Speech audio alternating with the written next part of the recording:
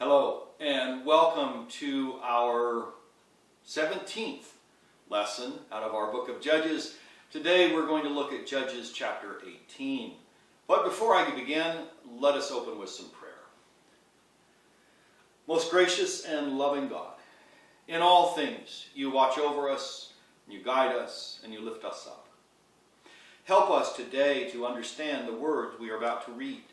Help us to find meaning, understanding, and wisdom in those words. Help us develop our own self as good and proper and wholesome human beings, dedicated to the creation, dedicated to loving you, dedicated to loving all that you have created. And in all things, watch over us and guide us today. Amen. As we begin our story today, I want to first kind of remind you of where we've been. And so, going all the way back to the beginning of the book of Judges, our first judge, our first leader is Othniel, and he is really kind of established as the perfect model of what a judge is supposed to be like, and that was Othniel. The next judge was Ehud, and he was deceptive. And then followed that was Barak, who was fearful. And then followed by Gideon, and he's skeptical, and he is hubristic. Then we have Abimelech, and he was a bloodthirsty butcher and not a judge figure. Then we have Jephthah. He was a manipulator and a child sacrificer. And then we come to Samson. And Samson can't control his fleshly passions, and he defects from his calling. He doesn't live into his obligation, who he's supposed to be. Is it any wonder, then, that at the end of the book of Judges, the nation collapses into gross idolatry, as we have just begun to see with the Micah story here, and eventually, as we move forward, it eventually breaks into a civil war.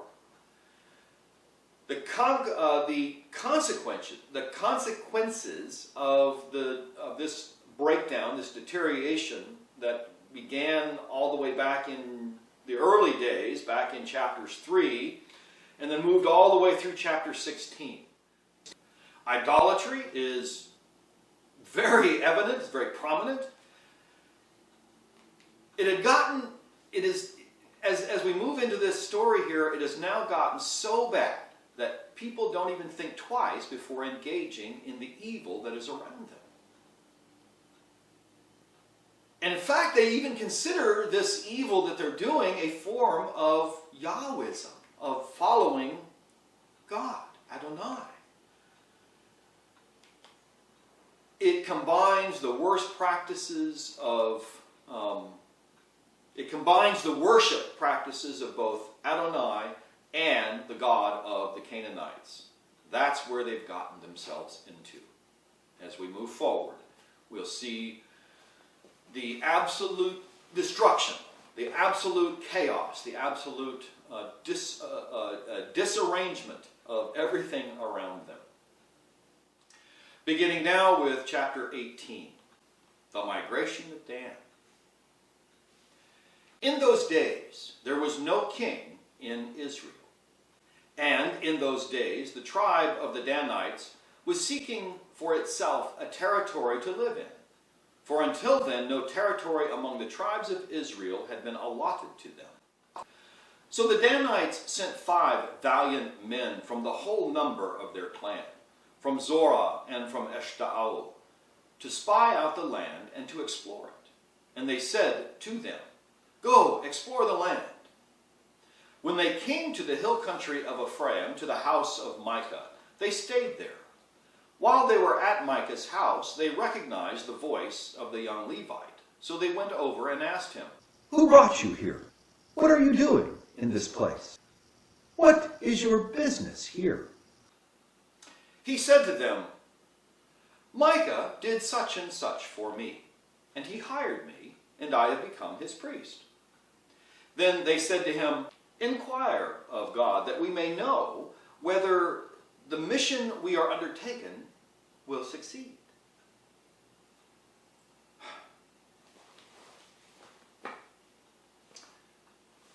Then they said to him, Inquire of God that we may know whether the mission we are undertaking will succeed. The priest replied, Go in peace. The mission you are on is under the eye of the Lord. So as our story begins today, we find out, the opening line is, in those days there was no king in Israel.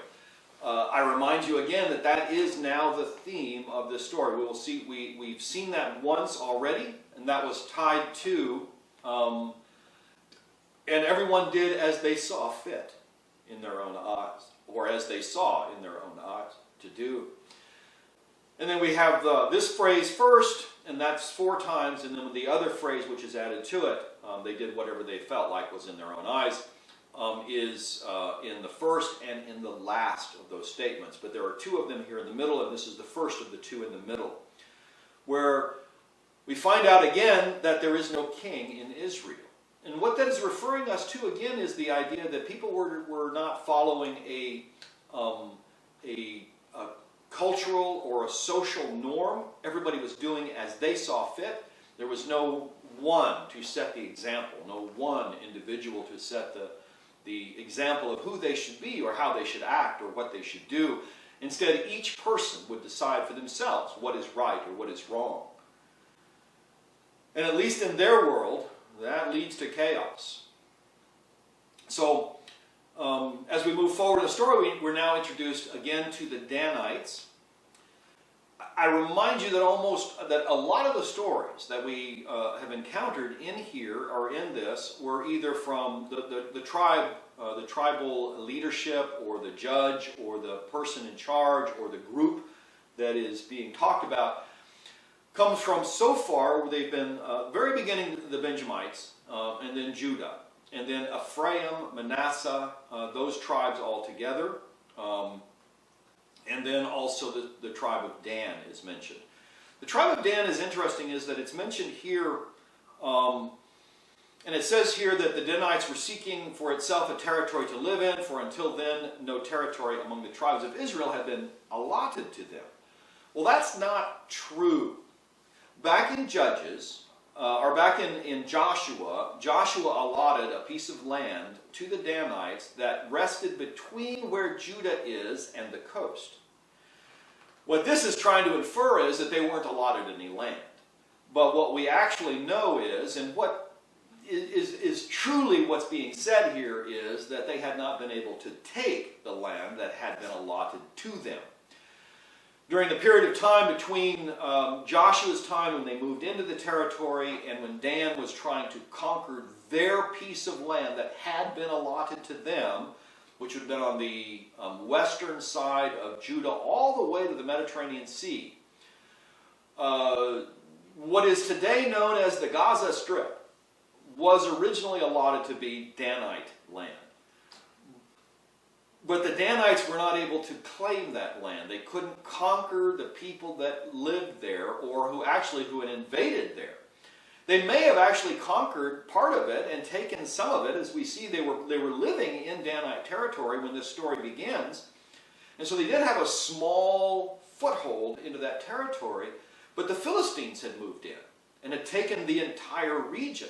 In fact, all the way up to Asher territory had been removed from Israel or from the tribes, and had been the Philistines had taken it.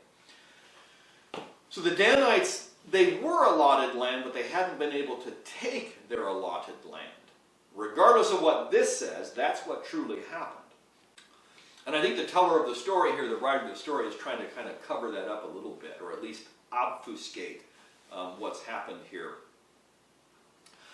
So the Danites had decided they needed to find territory that they can live in, a territory that they could seek for themselves, where they could actually conquer and take.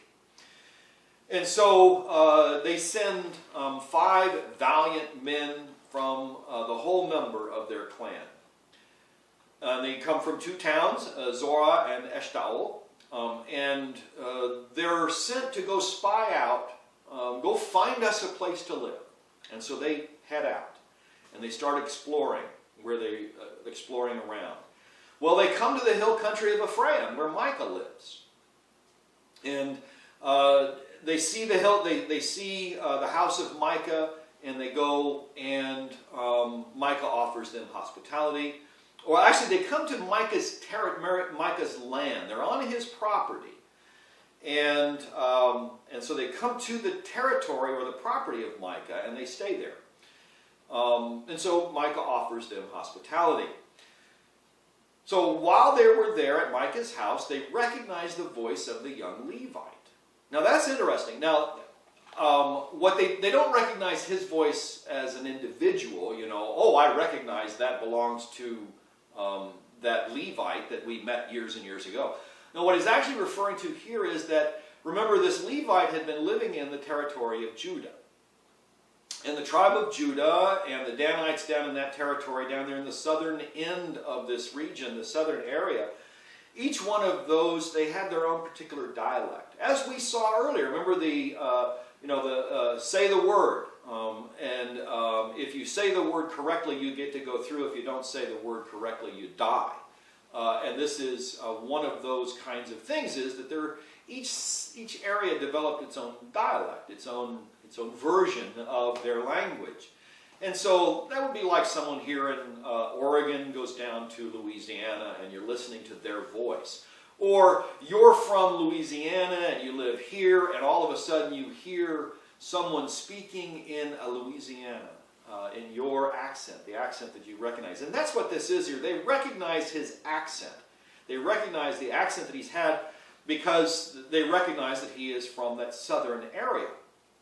He'd been living down there, and now this Levite had moved up there to Micah's house. Now these Danites have come there, and they recognize his accent, and they ask him, "What are you doing here? Where'd you come from? What's your business here?"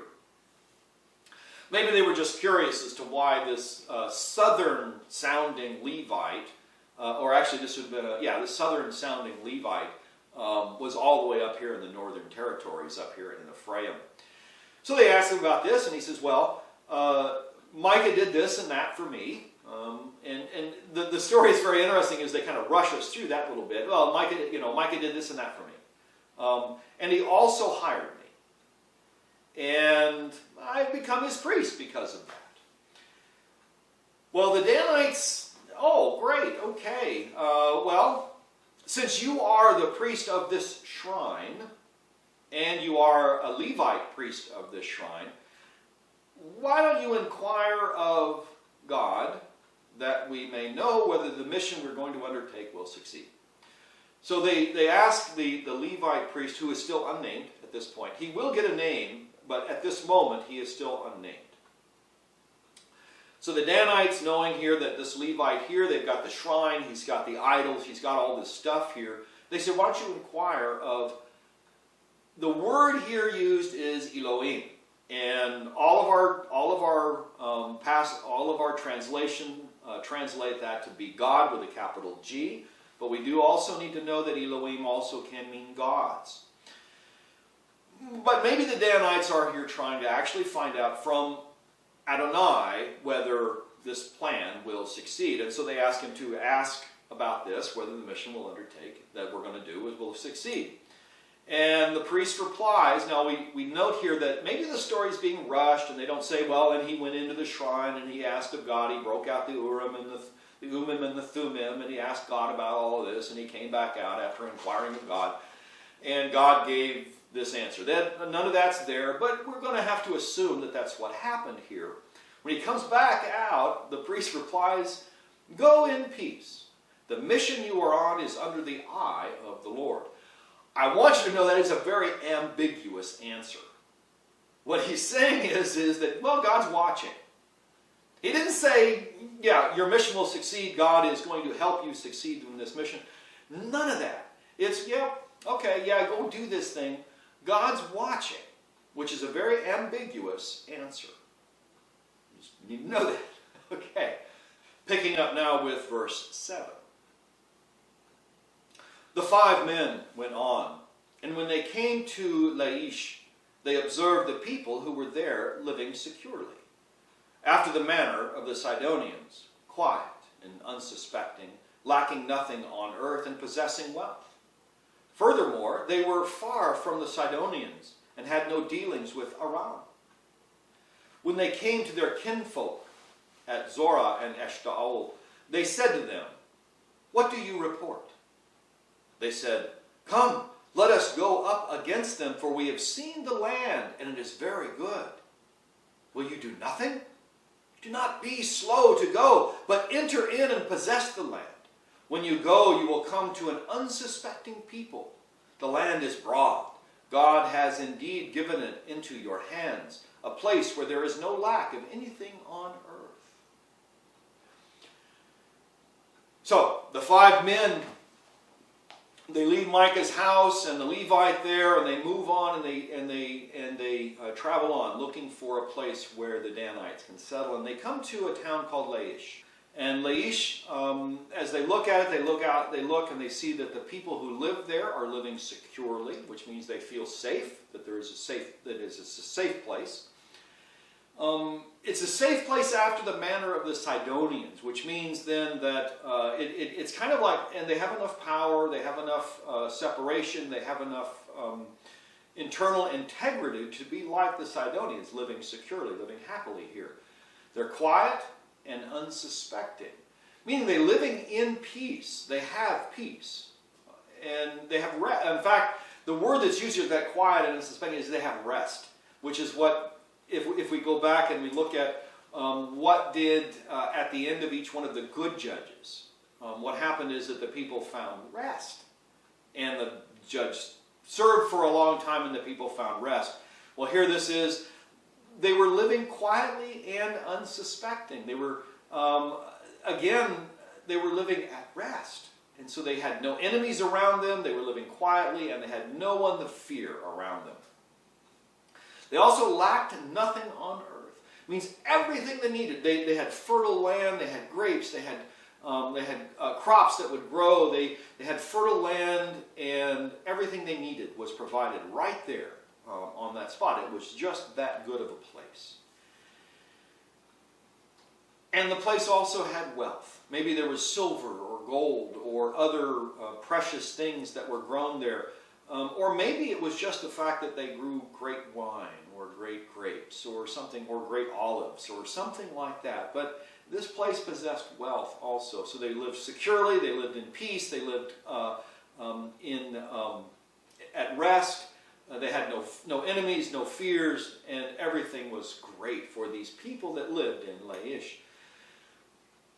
And to make things even better is that they lived far enough away from the Sidonians and the people of Aram that they wouldn't be a threat if the Danites took this place, that both of those other peoples are too far away or not interested enough to bother them.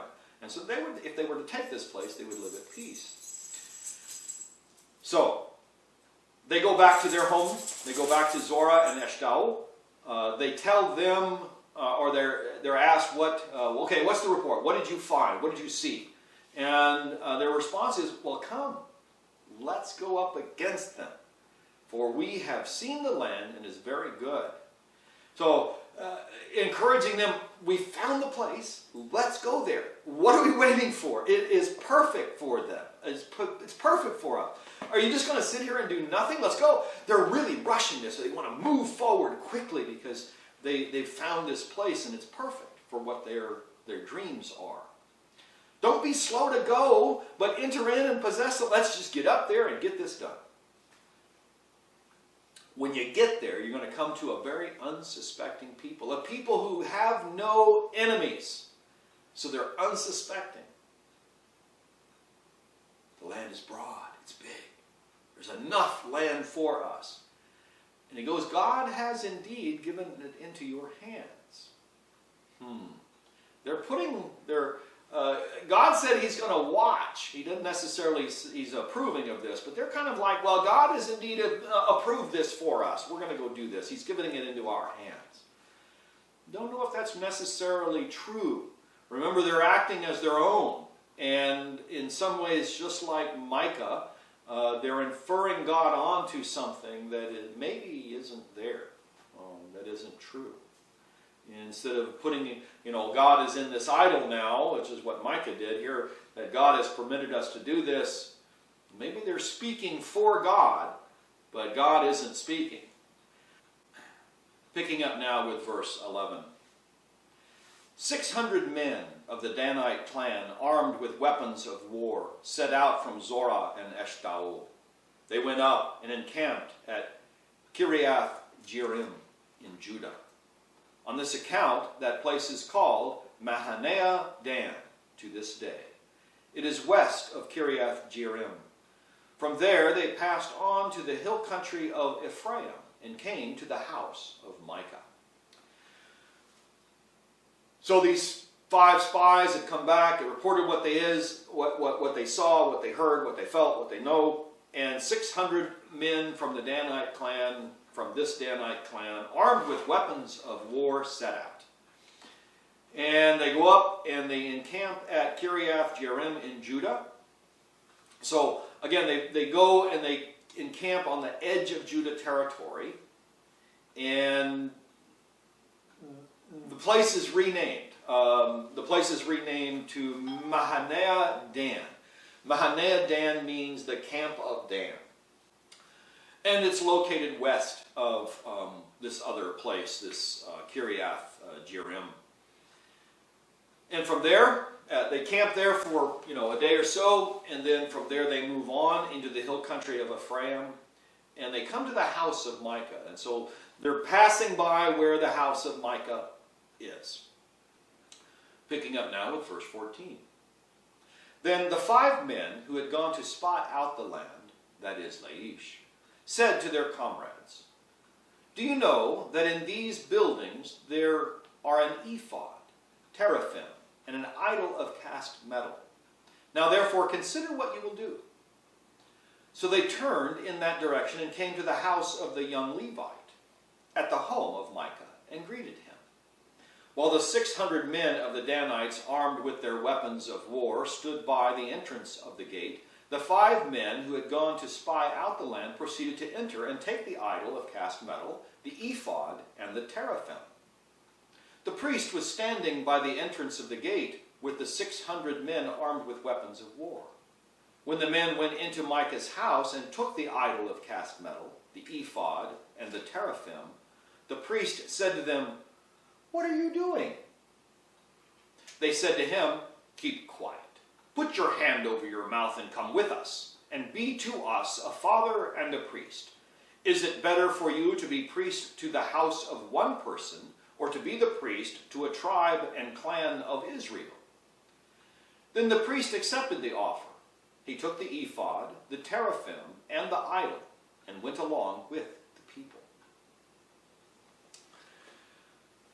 So the 5 men, as they're heading toward Laish, as they're headed that way, and as they go that way, they come by Micah's house, and the 5 spies, they look that way and they say,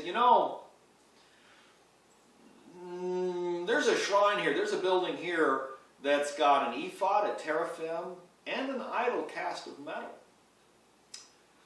And he tells them, why don't you consider what you should do about that? Interesting. So the 5 spies really kind of say, there's all of these holy items here. Well, they consider them holy. The ephod, the teraphim, and an idol cast of metal. Again, the ephod is the priestly garment. The teraphim are the family, little family idols that represent not ancestor worship, but ancestor inquiry. You would pray to the teraphim. The teraphim represents your ancestors, and supposedly what in their mind was that the ancestors would speak to you and tell you about the current world and what you should do in that current world. Because you would usually go to these when you were having you would go to your teraphim if you had a question about the family property, about what you were going to do with the family or with the property or with the territory or with the social relationship in families is where you go to the teraphim. But you go to the idol for finding out what God, the gods are supposed to say. So these Danites here, what they do is, the spy says, well, consider what you should do about the fact that these things are there. And so they turn and they go toward Micah's house. They're on the property, and they come to the little house, maybe the little, there may be a little cottage on the property where the Levite lives. And they come to there, and they greet the young man there, and they say, hi, we're here. And meanwhile, the priest has to see that, the Levite priest has to see that there's 600 armed men standing there with their weapons of war ready. And they're standing at the entrance to the gate of his house, of the house of Micah. And again, there would be kind of an enclave. There had been a couple of little, houses or huts, or it would be a very tiny little enclave there with 2 or 3 buildings that people live in, and kind of a small wall or a gate or some sort of a barrier to keep the wild animals and other things out of town, or out of the little clan village there, your little enclave, your family enclave. So they're standing at the gate of this family enclave, and the 5 spies go on in, and they start taking these items. They take the idol, they start to take the idol of cast metal, the ephod, and the teraphim. Well, this Levite priest was standing there, and he was standing there at the entrance with the 600 men, and as they go into Micah's house to take these things, the young priest turns and says, what are you doing? What are you doing? And they says, well, their answer is, you keep quiet. In fact, put your hand over your mouth to keep yourself from talking. And what we want to do is we want you to come with us. Why should you be the priest for this one man when you can be the priest for a whole clan, for a whole tribe of people, for a whole tribe and clan in Israel? Well, this is a step up for this young priest. Remember, he was originally a priest looking for a job, and Micah offered him a job, and now these people here are offering a much bigger paying job, a higher job. And so, sure, man. And what does he do? He goes in, and instead of those 5 spies, although they started to collect these items, the young Levite priest goes in there and actually takes the items himself. He's the one. But again, these are all things that he would be using, and so he's taking those items that were his tools of the trade. He's stealing them from Micah, and we need to recognize that as here is that theft that is happening. Here is he's stealing these idols, these things. Now, and I want you to remember that each one of these things, the idol was made from coin or from metal that was originally stolen, dishonoring a parent. So we have theft and dishonoring the parent by stealing that money. The money is given back, and then a pledge is made, which is only partially kept. And again, there's a broken promise to God. That is the idea of using God's name in vain. You've made a promise using God's name, and then you didn't fulfill that promise. There's another problem. There's another thing that's wrong. So each one of these things, each one of these things is actually an item that was created, or an item that you're carrying, or an item that came from questionable sources or questionable history. Moving on with verse 21. So they resumed their journey, putting the little ones, the livestock, and the goods in front of them. When they were some distance from the home of Micah, the men who were in the houses near Micah's house were called out, and they overtook the Danites.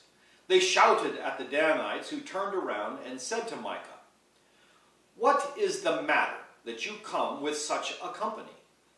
He replied, "You take my gods that I made, and the priest, and go away. And what have I left? How can you ask me, what is the matter?"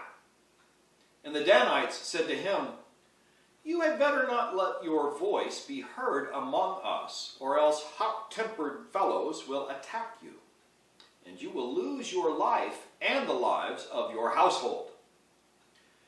Then the Danites went on their way. When Micah saw that they were too strong for him, he turned and went back to his home. So the Danites then, after taking all of Micah's things, his holy relics, his ephod, and even taking his priest, who he had set up as a mentor character and as his priest. And so these Danites have taken all of his, his religious thought, everything. They've taken all of that from him and gone on their way. What we note here also is that we find out here that these 600 men also have their wives and children and livestock and all of their property with them. So when they left their home down in the southern territory down there near Judah in what was supposed to be Danite territory, when they left there to move up to Laish, to conquer Laish, they brought their families and all of their property with them. This was a one-way trip. They did not plan on coming back. They're also here at this moment, they're worried about Micah and what Micah might do. That's why they put their women and children and all their livestock and animals and so forth up front, so that all the warriors are in the back, because that's where the enemy is now, is Micah. Remember, the Laishans aren't even suspecting trouble. They're not even looking for trouble. And so there's no worry there that they're going to get attacked from the front. All of the danger is behind them, where Micah lives. And so they have the men in the back, and they've gone a distance away, and Micah, discovering what has happened, has gone to his neighbors, the other houses in the area, and he says, hey, these guys stole from us. They've taken our, or they've taken my ephod, my priest, the idol, and the teraphim, the ancestor worship things, and all of this stuff, and they've taken them from us, because I would imagine that this priest not only was for Micah's household, but also for the whole family clan, the family group there, which is the other houses, the other neighbors nearby. They're all part of the same family clan. Well, he rounds those guys up, and they take off and they head out after the Danites. And they finally, now remember, the Danites are moving slowly because they got children and wives and herds and property and all that kind of stuff ahead of them, so they're not moving very quickly. And Micah and his troops, his protectors, they overtake the Danites. And as they come closer, they shout out to them. And the Danites stop, and they turn around, and they look at him. And what's funny is how they respond. The Danites respond is, what is the matter that you come with such a company? Knowing full well they've stolen from him, what they're doing is they're turning it around and saying, you are coming as the aggressor. Why are you coming as the aggressor against us? His reply is, well, what do you expect of me? You take my gods that I made, you take my priest, and you go away. What have I left? In some ways he's saying you've taken everything away, because you've taken my ancestor worship, you've taken my gods, and you've taken my priest and the holy garments that I've made for him. So you've taken everything away from me. How can you ask me what's the matter? How can you ask me that? You've done all of this to me, and you ask me what's the matter? Well, the Danites' response is, again, very hostile and very warning. What he says is, you had better not let your voice be heard among us, or else hot-tempered fellows will attack you. Hot-tempered fellows. Oh, man. The word here, the actual ancient word that's used here means bitter-spirited people. Bitter-spirited men. They have a hot tempered here, but the word really means bitter-spirited. These are warriors who've seen war. They have no mercy left in them. Is what this is supposed to be kind of representing to us here. Is that these fellows would have no compunction about just coming to you and taking your life and the life of your household. So back off is basically what they told Micah. Danites continue on their way, and Micah, seeing that he cannot he just can't beat these people, they're too powerful for him, he puts his head down and he goes on back home. Picking up now with verse 27. The Danites having taken what Micah had made, and the priest who belonged to him came to Laish, to a people quiet and unsuspecting, and put them to the sword, and burned down the city. There was no deliverer, because it was far from Sidon, and they had no dealings with Aram. It was in the valley that belongs to Beth Rehob. They rebuilt the city and lived in it. They named the city Dan after their ancestor, who was born to Israel. But the name of the city was formerly Laish. Then the Danites set up the idol for themselves. Jonathan, son of Gershom, son of Moses, and his sons were priests to the tribe of the Danites until the time the land went into captivity.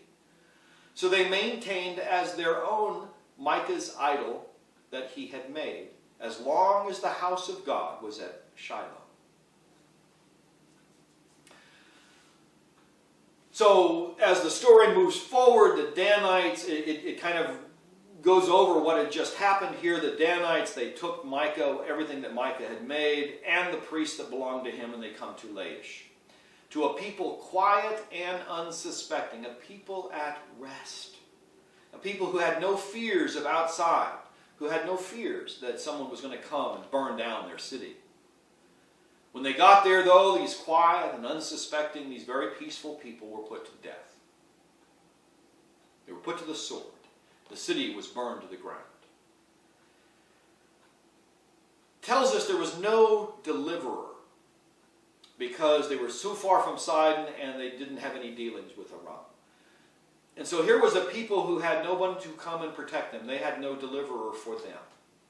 And they lose their town. The Danites rebuild the city. They rebuild the city to live in. They rename the town Dan. And again, this is in the far northern territory. This is actually in territory that was not allotted to Israel. It was not under Joshua's. It wasn't under Joshua's control. He didn't say, "Here's your territory." This did not belong to Israel. And here Dan has taken this territory and has set up the town of Dan.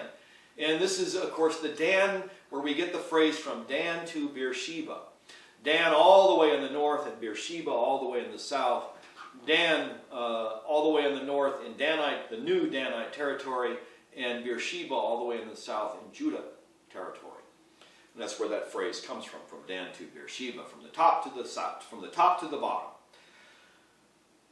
So they name the city Dan, they move into it, and they set up the idols for themselves. And so they set up a shrine there, not necessarily in Dan, but in the territory that is now Dan, in another town called Shiloh. They put the shrine there, and that's where they put their house of God, which of course all the way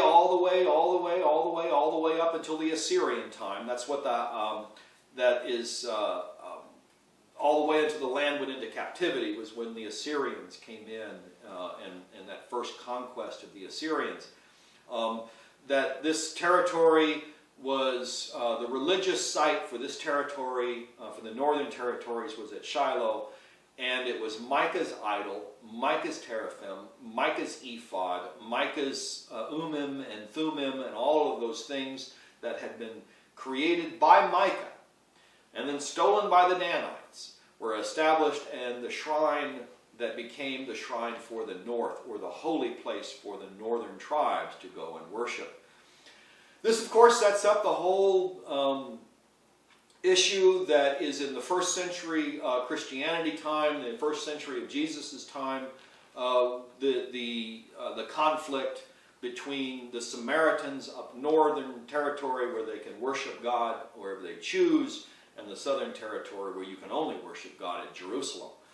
This is, Shiloh becomes a competing worship place for Adonai among the peoples. And it actually becomes part of the separation, or part of what separates the northern tribes from the southern tribes.